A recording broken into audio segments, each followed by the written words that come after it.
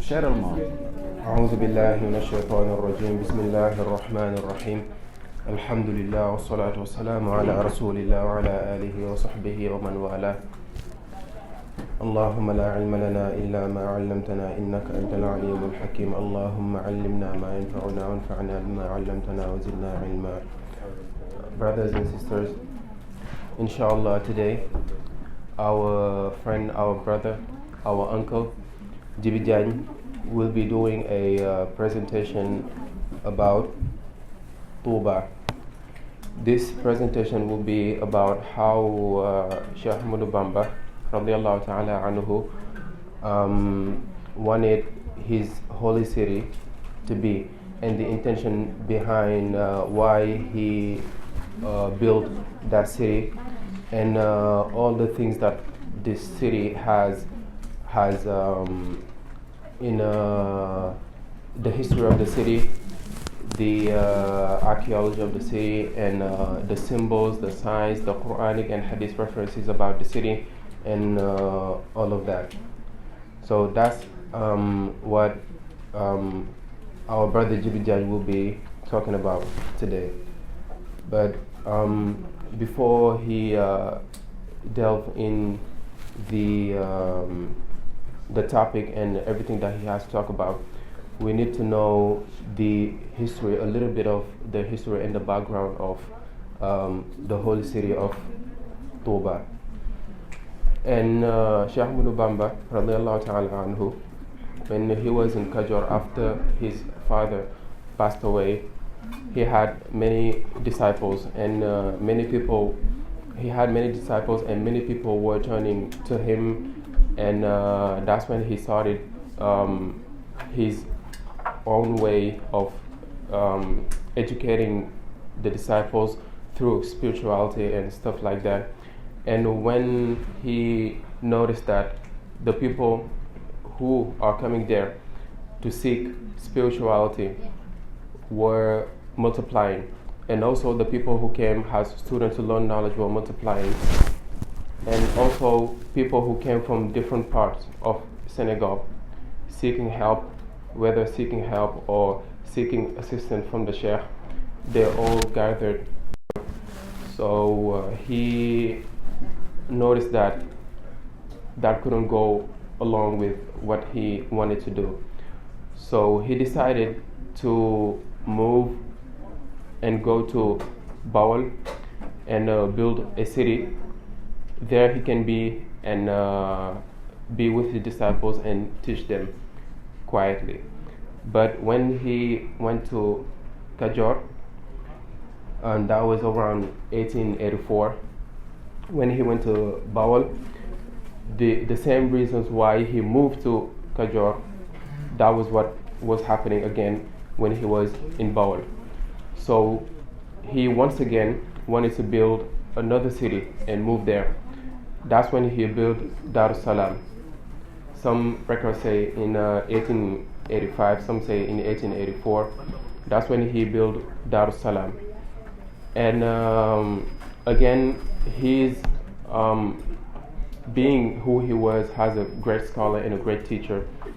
The same thing that happened in Bawol and in Kajor also happened.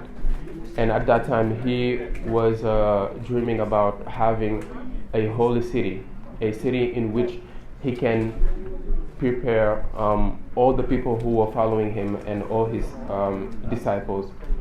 And that's when he started looking for the most proper locations. Said that sometimes he will go out from the city and just go away, and people will not see him for a long period of time. And he will travel and go in, he would travel long distances. And once he was traveling, and he went around a tree, and he stayed there, and he passed the night in that tree. And in the morning, he woke up and he was continuing his journey. And Allah subhanahu wa ta'ala gave him ilham, meaning he gave him knowledge that around the tree that he spent the night the day before, that's the holy place or the location in which Allah subhanahu wa ta'ala wants him to build the city that he was wishing for. So that's when he went back around that tree and he called his disciples that were in Baul, and they all came. That was in Dar es Salaam, and they all came, and they cut the trees that were growing around that tree. So that's when they started building Touba. So that was just a brief historical introduction to what our brother Jibijan will be talking about. Just like I said, he will talk about the structure of Touba, the symbols, the signs, and everything about that. So, thank you, Bashir. Assalamu alaikum. Good evening, everybody. Thank you for being here. Like Bashir was saying in his introduction, so we will be talking about Touba. As you all know, you always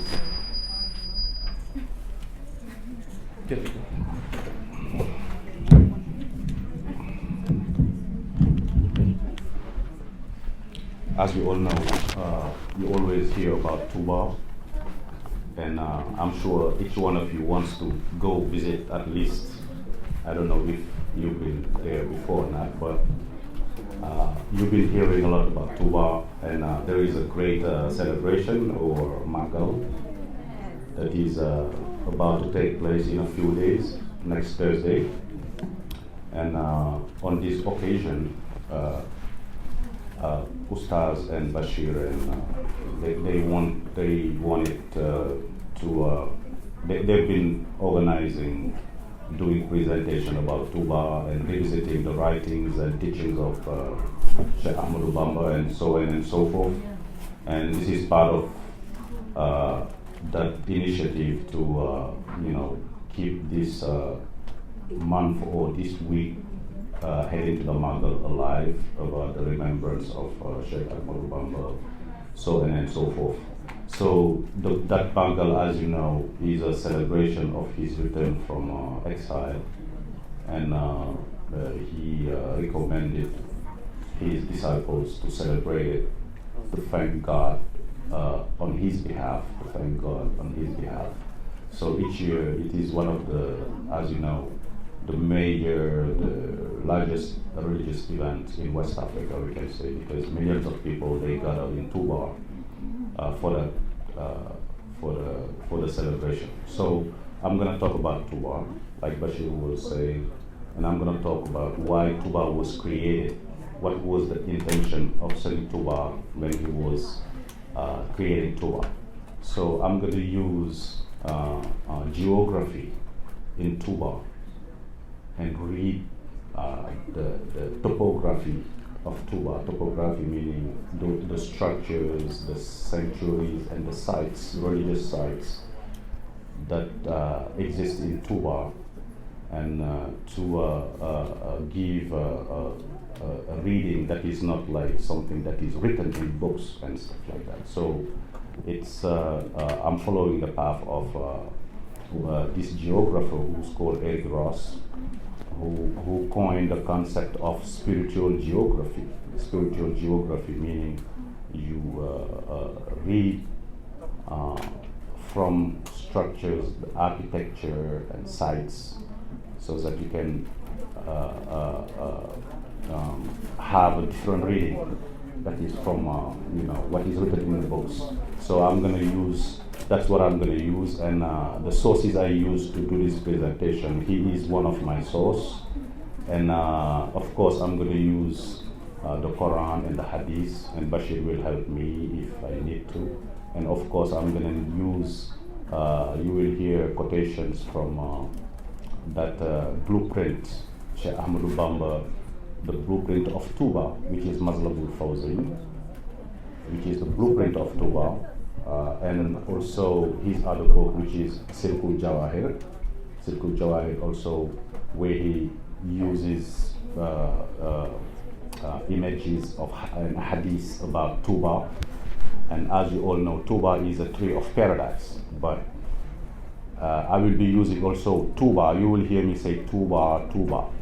But if I say Touba, if it's the heavenly Touba, which meaning the tree of paradise, if I'm talking about that, I will say Touba, the heavenly, Okay, if you hear the heavenly, that means the tree in paradise. If I say Touba, period, that means Touba in Senegal. Okay, so that you don't get confused when I mention Touba. Okay, so if I say heavenly, that means the tree of Touba in paradise, and if I say Touba simply, that means Touba in Senegal. Okay, so as an introduction, as an abstract of my presentation, I'm gonna say that there are religious phenomena specific to Islam in Africa, qualified as Islam Noir by Paul Marty or Vincent Montet, and religious syncretism by Orientalists and Islamicists. However, they are rather indicative of an ongoing process of synthesis and enrichment within Islam. We can even add that the African spiritual tradition continues today to be part of that constructive process. The modern Islamic city of Touba. So you hear modern, you hear Islamic, you hear city, and you hear Touba. So it has those four qualifiers. I said modern Islamic city of Touba.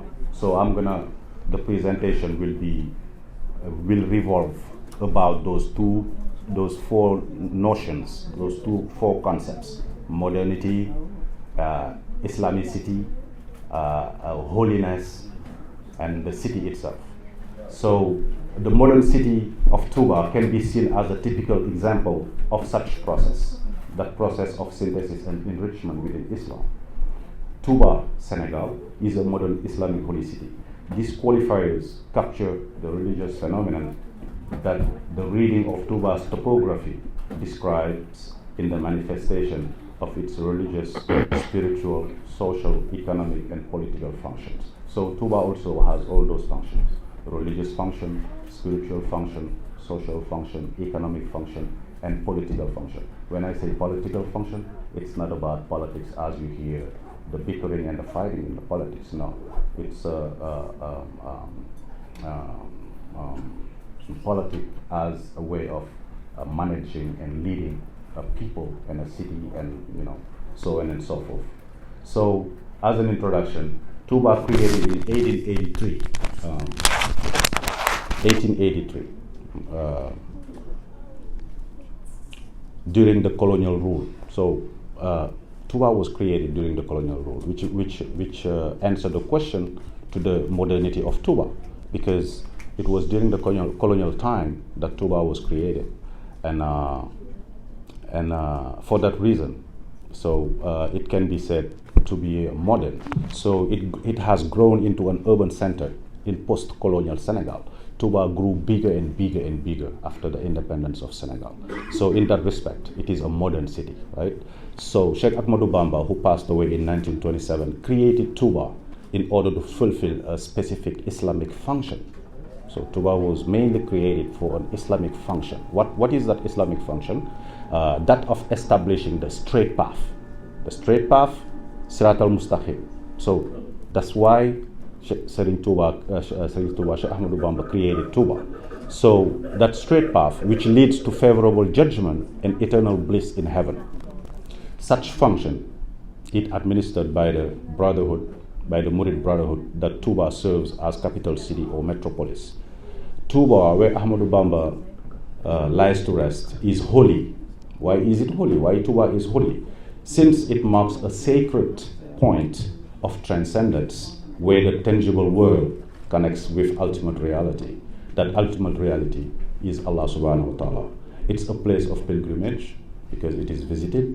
So holy places are visited by people, so we can call it a holy city.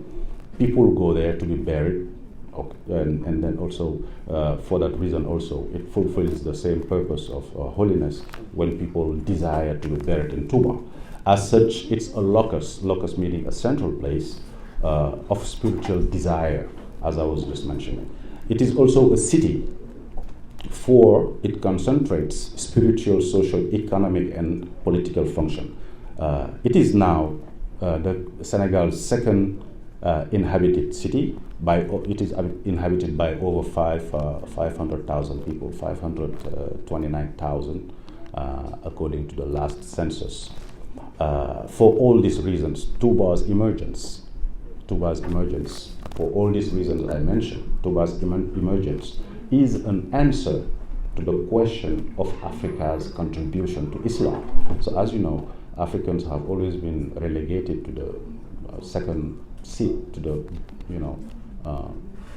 behind by Europeans and also by their Arab peers, who always look upon them as people who can deal with anything, as I was mentioning earlier, especially with regards to Islam. So Touba is a question to the contribution to Africa's contribution to Islam, following recent development in African studies, some of which have been defined as Afrocentrist in North American academic milieu, and as Diopist meaning from the point of view of Cheikh Anta Diop, as you know, who developed those theses in Egyptology that changed the view of many thinkers and scholars in African studies and African history. So especially from France, those French scholars. In that regard, Touba as an Islamic phenomenon can be seen as a specific continuity of African contribution to civilization, because Africa has always been said not to be part of the history of mankind, of humanity, since those philosophy developed by Hegel. The Hegelianism has pervaded in Europe, for centuries, for decades, influencing many thinkers who always considered Africa as a backward continent, as a childish childhood continent, a primitive continent, and so on and so forth. But that has changed a lot, and Touba is a good example to prove that Africans have always contributed to Islam. So where we're going to start is Touba. I'm going to talk a little bit about Touba, the tree of paradise. So I'm going to talk right now. What are the how Touba can be correlated and to the tree of paradise. So Touba, Senegal, is the toponym. Toponym meaning name after something, that corresponds to another name, is the toponym of Touba in heaven. So Touba, a tree of paradise. Touba is the name of a tree of paradise in Islamic traditions. Therefore, it bears eminent eschatological and cosmogonical symbols that incarnates notions of the afterlife.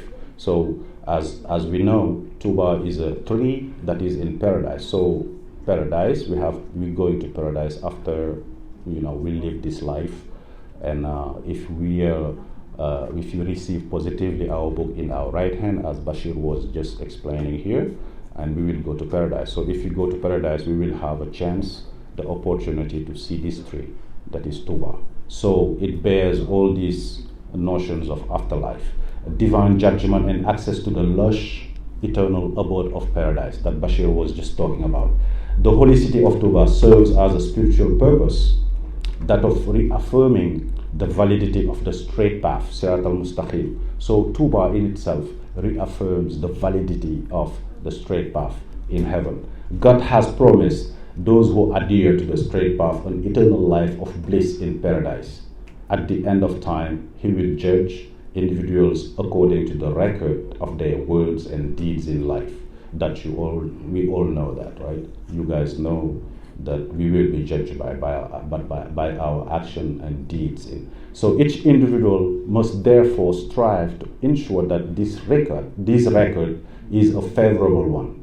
Touba represents both the process of being on the straight path and its ultimate fulfillment. Access to the promised garden. Touba is configured as the straight path since its inception in order to call people to faith, so that as Adam's children we might live according to the primordial covenant, so that we might access to eternal bliss as promised. Touba expresses these spiritual notions of the single image of the tree, through its distinct geography, spatial configuration, its configuration on Earth through space, its overall sacred topography and architecture, and surrounding religious site. The meaning the city is intended to import is also discernible in the Hasidas. The Hasidah of Saint Touba also, you can see how the city is described, what it is intended for, how people should live there, and what they can expect if they live by the rules established by Saint Touba in the city of Touba. Here, the hagiography and the historiography of the city also demonstrate all these I just mentioned, that is expecting those who live by those rules established, which is the rules of the straight path. So in this perspective, the modern city of Touba is adding value to the universal Islamic Touba heaven construct. It perpetuates the use of image of the celestial, cosmic, eschatological trees as reference in the Quran and Hadith, and we will come to later when dealing with Touba in Quran and Hadith, we will come to those image of trees.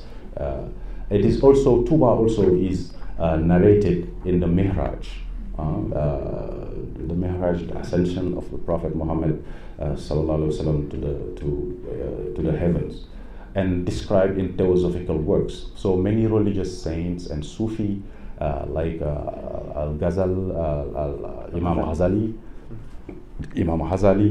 and people like Imam Hanbal, and Hadith, they all talk about the tree of paradise, which is Touba. And we will also use the Hadith also to show the relationship and the rapport between Touba in heaven and Touba here in Senegal. So all this work of theosophical work, the idea of Touba demonstrates a subsumed identity of the other arboreal identities that its name has come to designate the universal tree archetype as suggested by Eric Ross. The archaeology of the image and the geography of its modern actualization can explain how Islam can be understood within the continuity of religious thought on the African continent, and also how Africa has participated along with others in the construction of Islam, since the possibility that Black Africa might also have influenced Islam as a universal faith must now be considered. So if you read Hegel, his philosophy of history, which was published in 1795, you will see that he drew a map of the world of the world, and he expunged, all Africa before the Sahara, like he expunged Egypt, Libya, Morocco, Tunisia, Mauritania. He cut it from Africa. So, and he said Africa below that's Black Africa, that's darkness. There's no light there. There's no spirit. There's primitive mentality among those people who live above the desert, which is sub-Saharan Africa, which is who we black Africans. And Paul Marty, who was sent by the French colonial authority in Senegal, who was a young officer in the French army, who was born in Algeria, when he was sent to study, especially Serigne Touba, and by extension all the religious movements growing in Senegal and in West Africa. He wrote 2 books about Études sur l'Islam au Sénégal, Tom 1, Tom 2. They were published like in 1913 and in 1917. So in that book also he talks about Touba, but they never correlated Touba with the purpose of Serigne Touba, of Cheikh Ahmadou Bamba, about the city he was creating. Also you have another French scholar, sociologist, and political scientist, Ferdinand Dumont. He has analyzed many of Serigne Touba's Qasida in order to determine Serigne Touba's thought but he has not linked Touba to Serigne Touba's life. So, and his life's work cannot be understood without taking into account his Hasidah. So, and you have Vincent Monteil also, as I was mentioning earlier, who wrote about Les Mourides d'Ahmadou Bamba in the early 80s. And all those people, they were analyzing the Murid movement, but they never linked Touba to Serigne Touba's life and work. So, which means they missed to understand the real purpose of the city of Touba. They were seeing Touba just as another Islamic city, like they understood an Islamic city in the Arab world, where you had like Islamic cities for thousands of years in the Umayyad period, the Umayyad Caliphate or the Fatimid Caliphate. Ever since the Prophet Muhammad ﷺ left this world, Muslims have been created cities, Islamic cities around the world. And so these thinkers and Islamicists, they always think of Touba in that view, in that point of view of an Islamic city, which is just like, should be maybe political or have political influence, so on and so forth. But that wasn't the case. So they missed to understand following those views that was seeing like black people like inferior and not be even able to understand Islam. So the primacy of the holy city of Touba for defining the Sheikh and his work is corroborated by the fact that his single most common name in Wolof is Serigne Touba, Master of Touba, right? Or Borom Touba, the owner of Touba.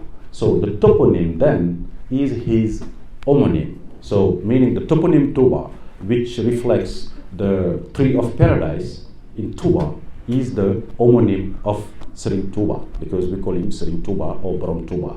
So we don't even call him Cheikhul Khadeem, or we can later we call him KhadeemUSA. He called himself, he told people to call him Khadeem Rasul, but we all call him Borom Touba or Serigne Touba.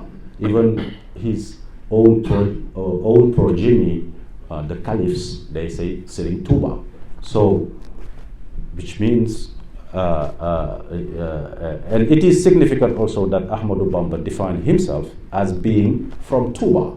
So when he asked people, I heard he asked once one of his disciples, so do you know where I'm from? And when he answered, no, I didn't know, he told him, know that I am from Touba. So he himself, he even said that he's from Touba. He used what is called the Nisbat Toubawi, and several of his Hasidah contains references to the holy city and his intention in founding a city there. Like Bashir was explaining, he wrote during those time he was roaming in the landscape, in the wilderness, in the forest, to find a place where he can build his city. He referenced all that in his Hasidas. So one Hasidah in particular, entitled Matlab al-Fawzayn, in the pursuit of the sanctuary. That's the translation. In the pursuit of the two accomplishments. In the pursuit of the two accomplishments. Those two accomplishments meaning success in this life and in the hereafter. So it was also an ode to thank God, the Most High, for having permitted the foundation of the sanctuary. It reveals about Touba's temporal mission also, meaning it reveals how Serigne Touba want people who come to Touba to live and live there, and how they should live following the straight path that will take them to paradise. So it was significant that Dumont, that I was just mentioning, did not use his analysis Touba's order of foundation. Although Touba has not escaped the attention of researchers of the Murid phenomenon, in their early published works, the spirituality of Touba has never been given the preeminence it deserved. So meaning they always analyze Touba through the lens of Marxist and Leninist point of view, because they were sociologists and anthropologists, who were influenced by Karl Marx and Friedrich Engels. So during those years in Europe, all of these sociologists and political scientists, they evolved, using the theories of the Marxist theories and Leninist theories. So they never analyzed Touba through its spiritual dimension. So in their early published works, neither Dumont nor Cruz O'Brien also was one of them, have related this holy city to the spiritual and ideological core of Bamba's legacy. Christian Coulon, he's also another sociologist and a French political scientist, also treated sarcastically the Magal of Touba, that in his view bears no Sufi meaning.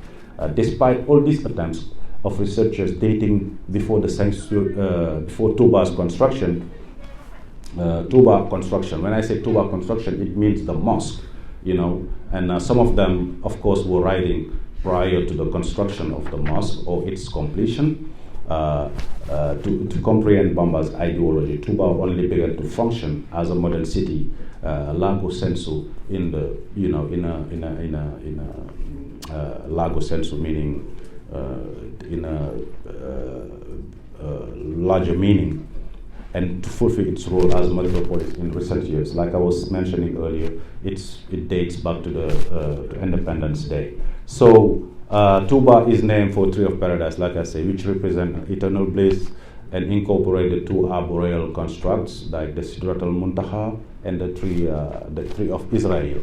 Israel, the Sidratul Muntaha, maybe Bashir will come a little bit on that, maybe to help me, give more explanation on it. But what we can say is it's the tree of knowledge, where divine words and divine will are communicated to creation, and where the particulars of existence are recorded. So the tree of Israel, short briefly, is the tree of life and death, where death is monitored, which means that we are told that we have all our lives are written on the leaf on this tree, and whenever the leaves falls, that's when we gonna answer the call of God to return to Him.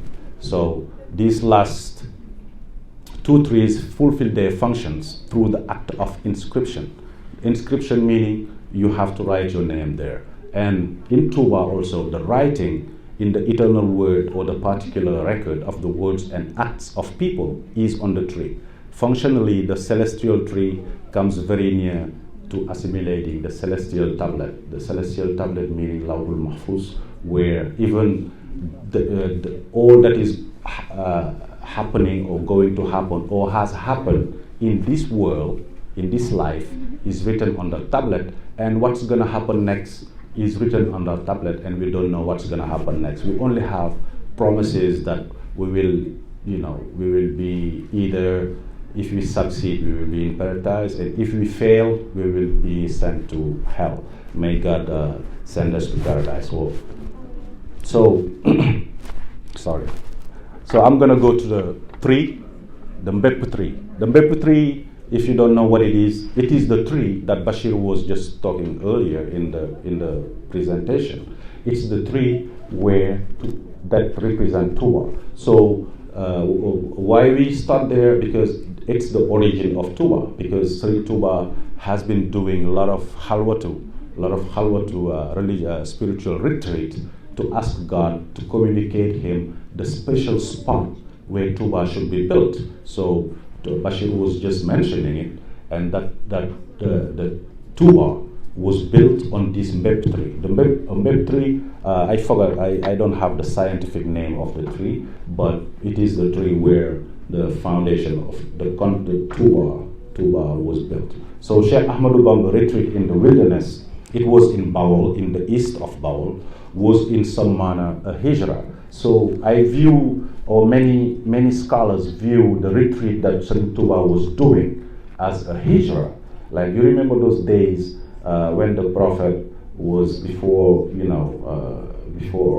message, the revelation came to him. He used to retreat in the caves, in the mountains, to seek quietness, to seek peace, to try to communicate with his Lord, even if he didn't know yet what was there for him, but there was some attraction, something was attracting him to be far and far away from people, from the commotion of the life in the city and all that. So the same thing happened to Sri Touba. So he was retreating himself into wilderness, and we can see that as a manner of hijrah, a migration out of iniquity toward a more righteous existence. More importantly, the Sheikh had assured through dreams and visions that Touba was awaiting for him somewhere in the anonymous expanse. So somewhere, Sri Touba, he was assured that Touba was waiting for him, and he put it in writing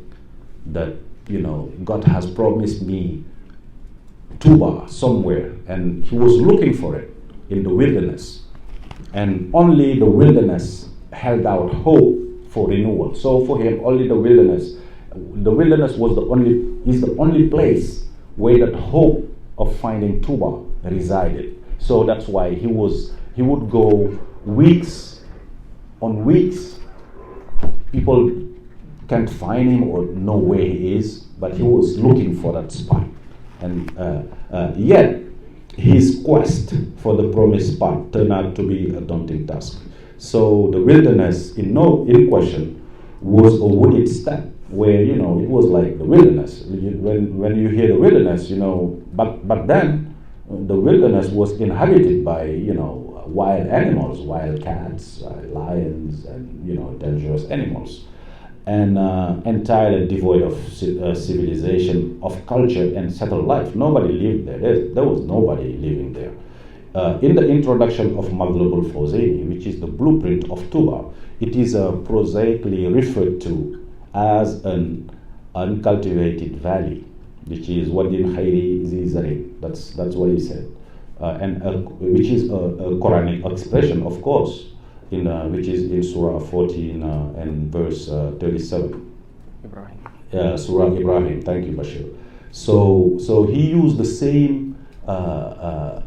He made the correlation between that wilderness that God talks about here, and correlates it to Touba.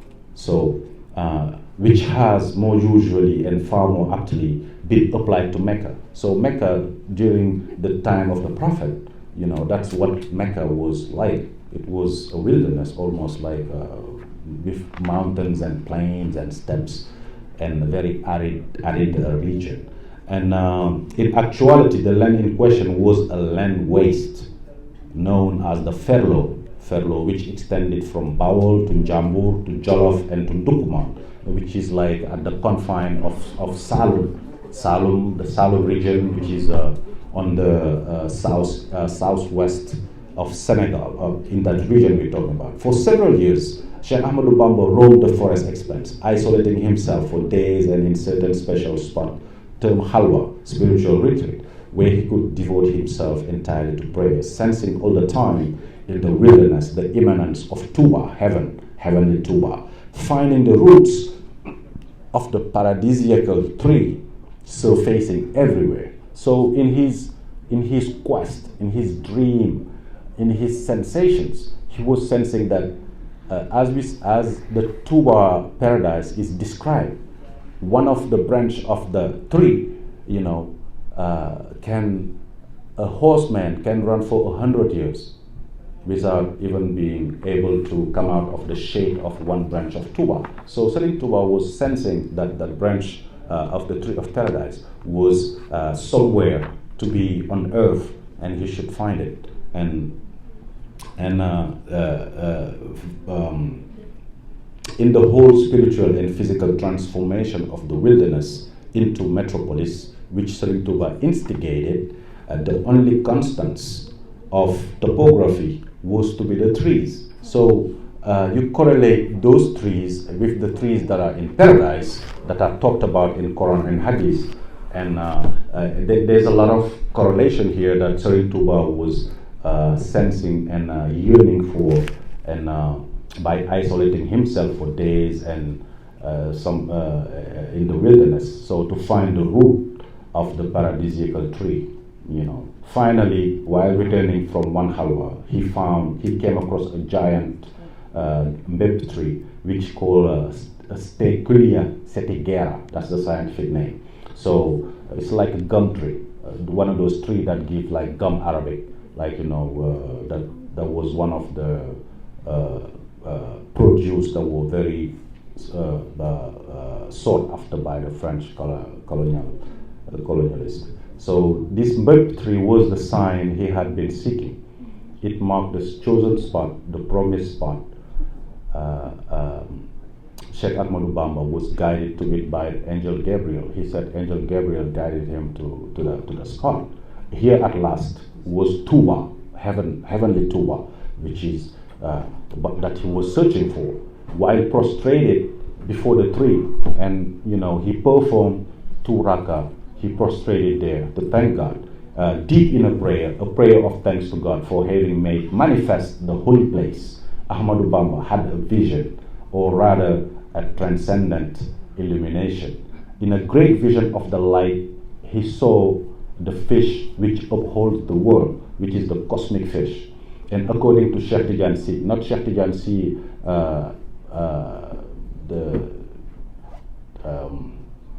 not Sheikh Tidiane Sy, who's called Junior. No, not him. This Sheikh Tidiane Sy, he was a journalist. Okay, he was a journalist, and he wrote his book about the Murids. He wrote this. That's him who mentioned this. What I just mentioned, the fish which upholds the world. And according to him, this event occurred 17 Safar, 1305, which is November 4, 1887. So also, if we go to Mazlabul Fawzaini, we can verse 1 to 16, where we can say he's mentioning, praise be to God, the magnificent possessor of graces. He has elevated my preoccupation and injunctions and sanctioned practices. I thank him, for verily he has guided me to a whole land in which he has exiled from me that which would obstruct me, and has brought to me that which has beauty. After having polished me by removing ugliness, he has drawn me to it through the sciences and achievement and labor with certainty. Then prayer in peace followed. He has exalted the one who is in my intent to follow. He has exalted the one he wishes me to emulate. In private and in public, he is a model. He is the one who immigrated to Medina by the command of his Lord. He upheld his religion. He is the instrument to my exalted possessor, Muhammad, peace be upon him, the best of men, the intercessor. So here you see he thanked God first about leading him to Touba, and then he thanked the Prophet Muhammad, peace be upon him, who is his model. From that point on, he was only looking to the Prophet Muhammad as his only model. So in these 2 verses, in these 16 verses, several key notions are expressed. So first, he's mentioning he was guided to Touba by God through the injunctions and sanctioned practices of the Sunnah. So since he's following the Sunnah of the Prophet Muhammad sallallahu alaihi wasallam, through purity and beauty of spirit, through the sciences, which is knowledge and labor, and through labor, hardship, because they have to work hard to clear all the forest in Touba to build there. And secondly, he was following the model of Prophet Muhammad, who was the intercessor who immigrated to Medina by the command of his Lord.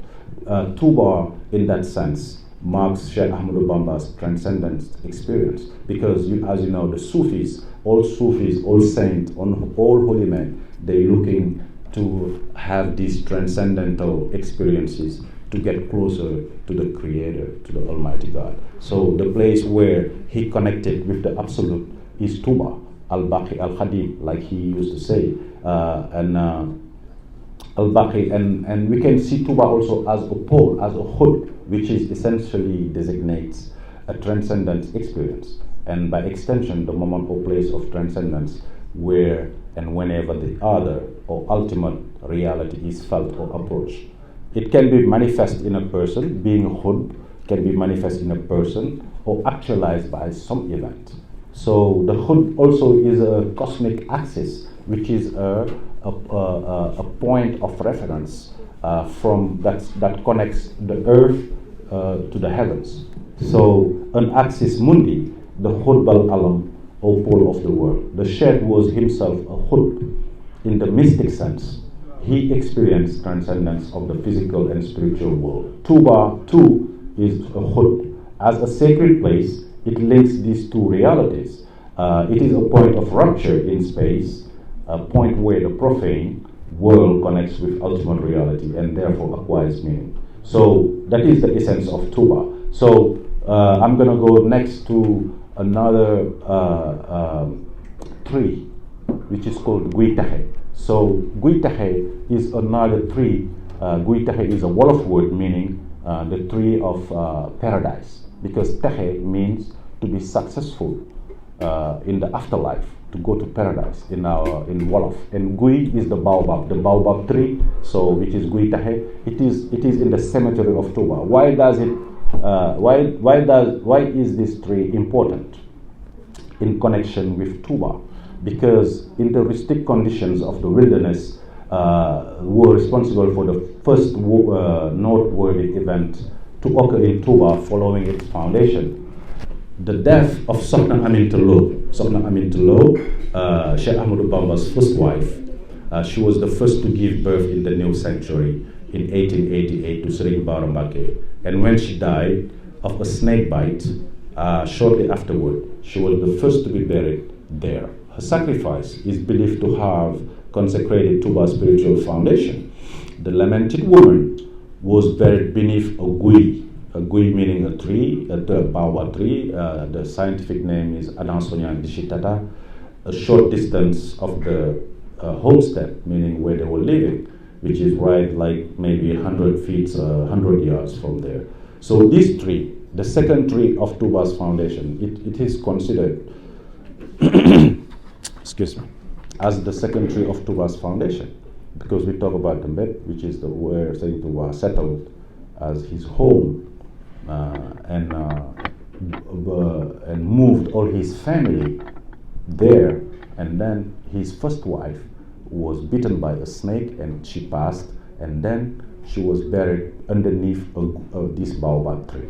So this tree, Guitahe, the baobab of felicity, or the baobab of paradise, stands in the middle of Touba cemetery to this day.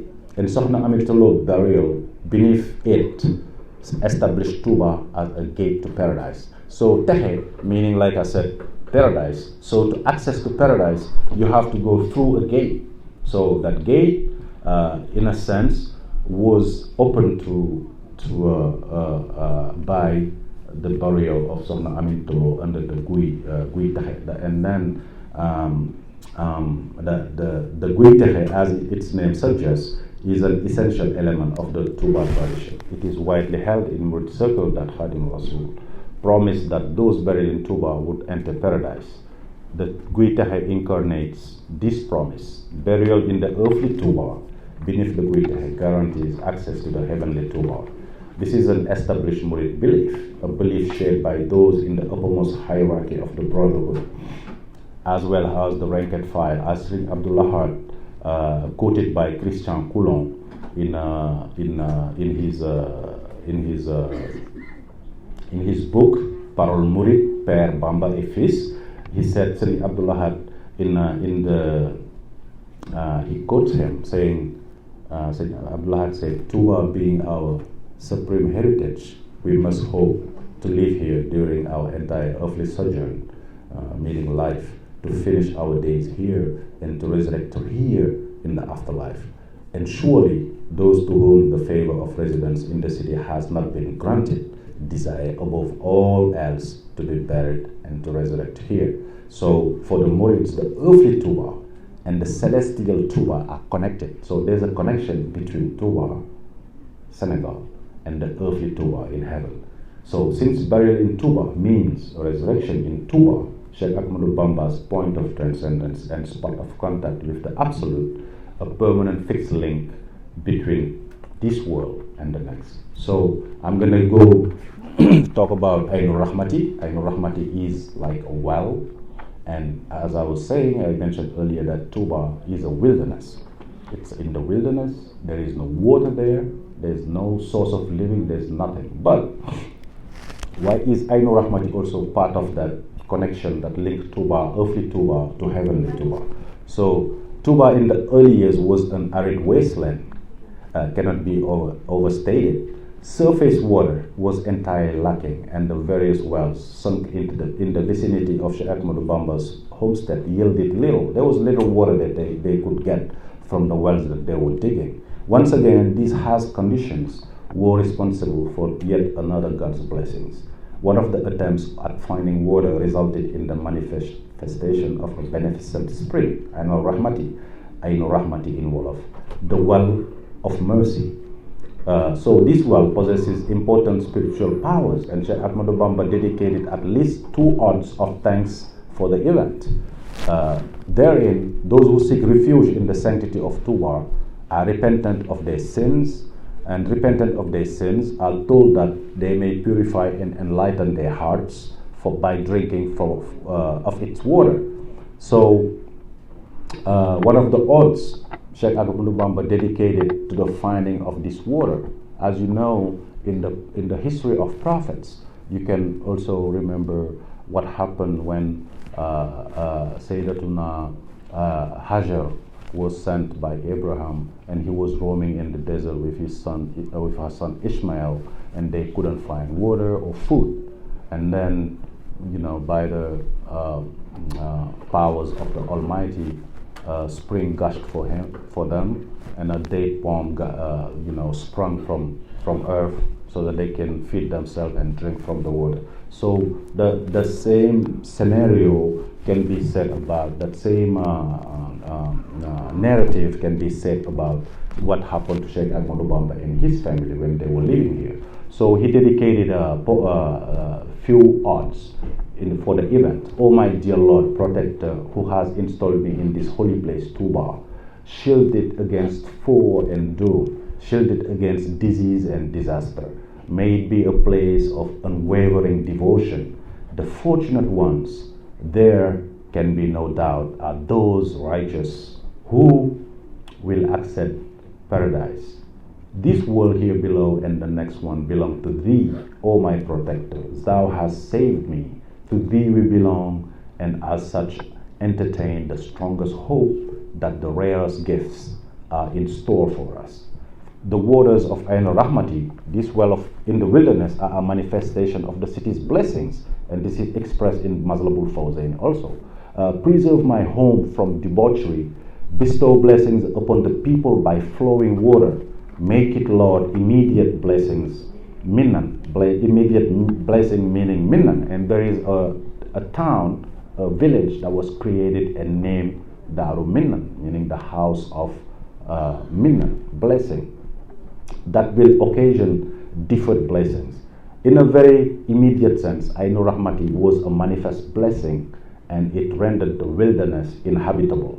So I'm going to go next to the Pact of Exile. So the Pact of Exile, as you know, is the reason behind the celebration of the Magal of Touba. So this Pact of Exile, it is part also of the foundation of the city of Touba.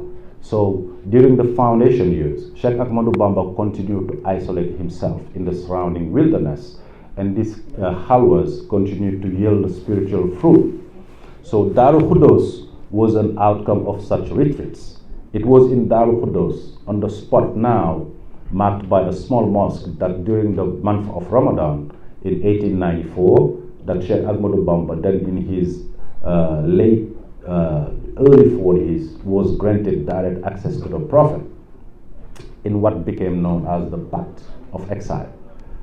He was assured by the Prophet in a vision that his new city had been protected under God's own protection, that no evil would come to it or those who would take refuge in it, but that he himself was henceforth to live in exile. So in the Murid historiography, it is said that Serigne Touba was asked by God to leave the city. So he left the city in 1894 and was never to return there until he passed away.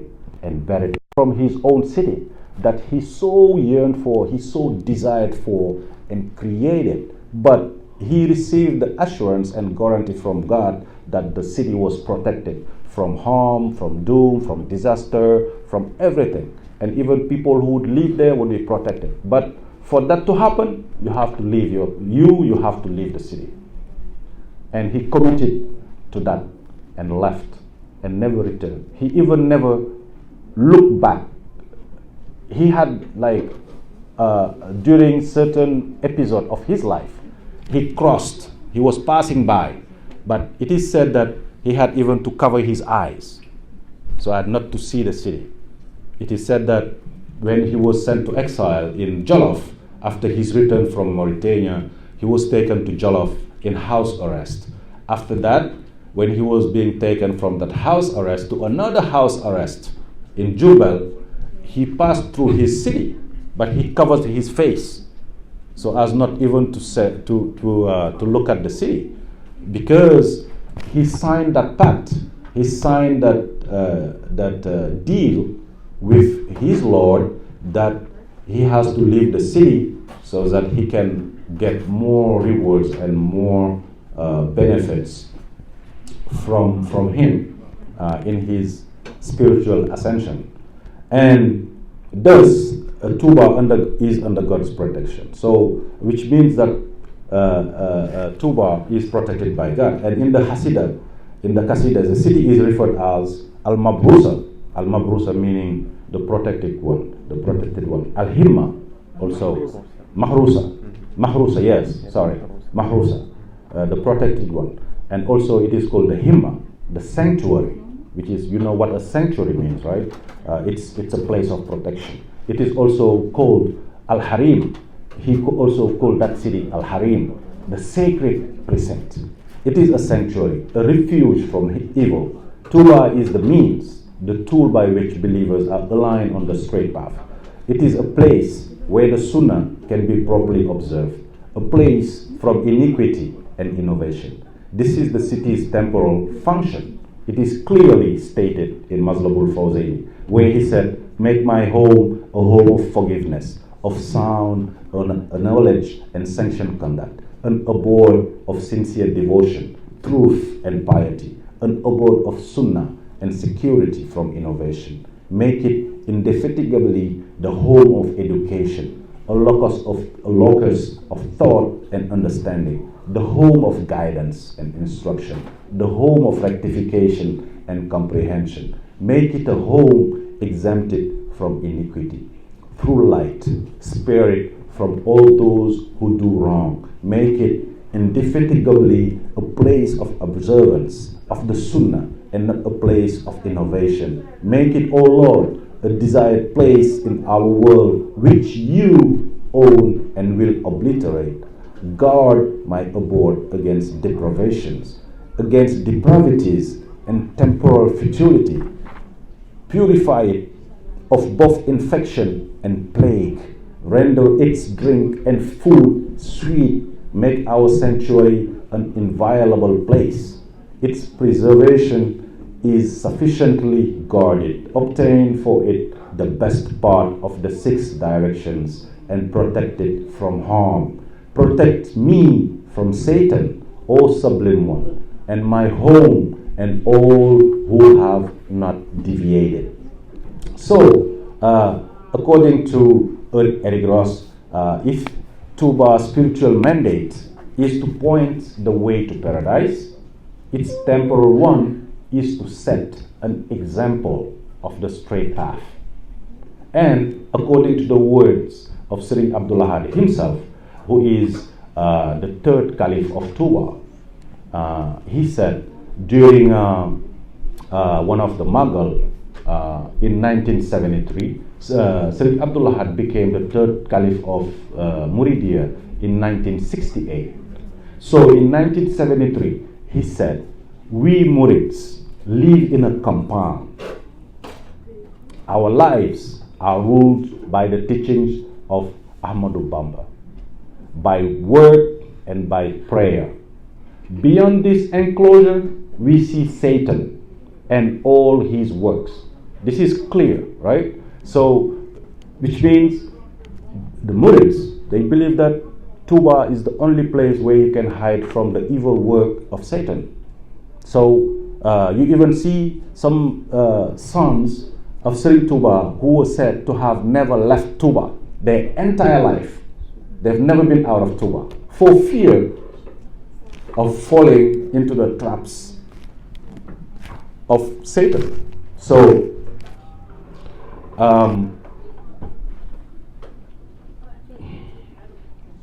actual construction of the mosque and the city was permitted to proceed only after Sri Touba's death. So it's only the after he passed away. That's only when the construction of Touba started, like the mosque, right?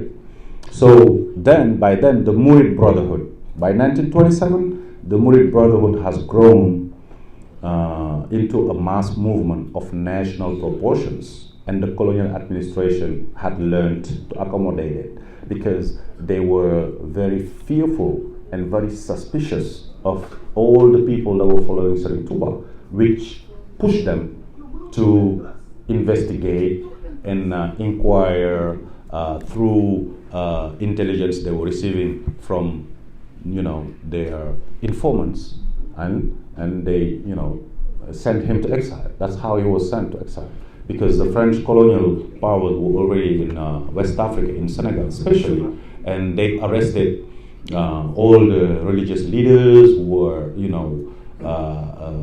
on their path, and they arrested also all secular leaders who were on their path, or exiled them, or killed them, or arrested them. So, but by this time he passed away. The relationship between the Murid Brotherhood and the colonial administration were being very, very nice, very. It was the détente, c'était la détente between them. So, and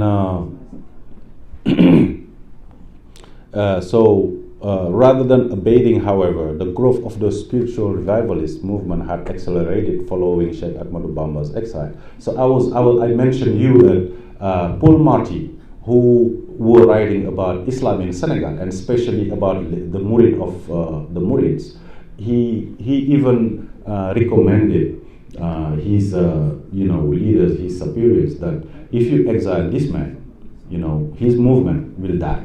If these people who are following him, if you take away the leader who's in Touba, Sheikh Ahmadou Bamba, if you take him away to exile, they will forget about him and his movement will die, which never happened. So, and Sheikh Ahmadou Bamba, in the exile, is therefore a central theme of Murid history, as it marks the moment when the Pact of Exile was honored and the Sheikh's mission as a renewal of faith became manifest. And I'm going to talk about the Murid country, le pays Murid, how it relates also to Touba, because as a manifestation, Touba as a manifestation, in a spot, all the land surrounding it also is part of it. And we're going to see how the Murid occupy and conquered all the rest of the surrounding of Touba and make it part of Touba, which became, we call Murid country, le pays Murid. So Touba lies at the center of a hierarchical landscape of its own manufacture. As you know, Senegal is a plain. Senegal is not mountainous. It's a steppe, it's flat land. So it's flat land with dunes and so on and so forth. So the Murid country is what has replaced the original wilderness. We told you that Touba was a wilderness. It was a forest that the Murids have cleared entirely and inhabited. And how they inhabited it, I'm going to describe it. So Murid country is an essential part of what Touba represents. If Touba is a holy city, the land which extends in all directions around it is a holy land. So Touba is a holy city, but the land it is founded on is a holy land, and anything around it is also considered as holy. In his search for Touba, the entire surrounding wilderness constituted a kind of extension to Touba. Excuse me. that he could feel the imminence of its manifestation everywhere. In that sense, all his spiritual retreats were also part of Touba. So Serigne Touba went from place to place to place to place to do spiritual retreats, halwatu. And then when after each halwatu, he would like move to a different place because people were following him everywhere he was going, and he needed that quietness, that quietude to do his halwatu. So in 1884 already, it was believed 500 murids are said to have followed him in Mbacke Bawol, of course, when he subsequently isolated himself deeper in the wilderness in search of Touba. The first such house constructed in Murid country was Daaru Marnaan. Daaru Marnaan was the first village in Murid country. It was between Mbacke and Touba, developed to screen those headed to the new sanctuary. Like I was saying, people were following him everywhere he was going. So that village was built to screen people. Not everybody would be let go and find him. They were being screened, and this Daaru Marnaan was created specifically for that purpose. So despite the harsh living conditions, the forest waste was becoming crowded in what can be described as a sustained policy of agricultural colonization. So the Murids were already starting to colonize the land and opening land and farming the land and stuff like that. And the energies of this growing mass of Murids were channeled into settling the land. So instead of letting people go, they were like put to work and build houses where they can stay and live. That's how the colonization of the land started among the Murids. So this first experiment, where they dug trees and planted crop, and a school was opened for instruction, and Murids were put to work in Daaru Marnaan. So thereafter, by the time Sheikh Ahmadou Bamba's demise, by the time he passed away, prosperous Murid country had emerged, and it provided the Murid movement with a sound economic foundation. So this is part of the economic function that Touba was playing, I was mentioning earlier. So when the Murid started populating the area and building communities, building schools, Quranic schools, and building mosques, and of course cultivating the land, the crop, they were the biggest cultivators of peanut. Peanut was the crop for export for the French people. They use Senegal as a bastion, as the bastion for products derived from peanut, which is oil, soaps, and the many other variety of sub-product you can get from peanut. And Senegal was, during those days, Senegal was the #1 producer of peanut in the world, thanks to the Murid. So this is part of the economic function that Touba played during those years. And a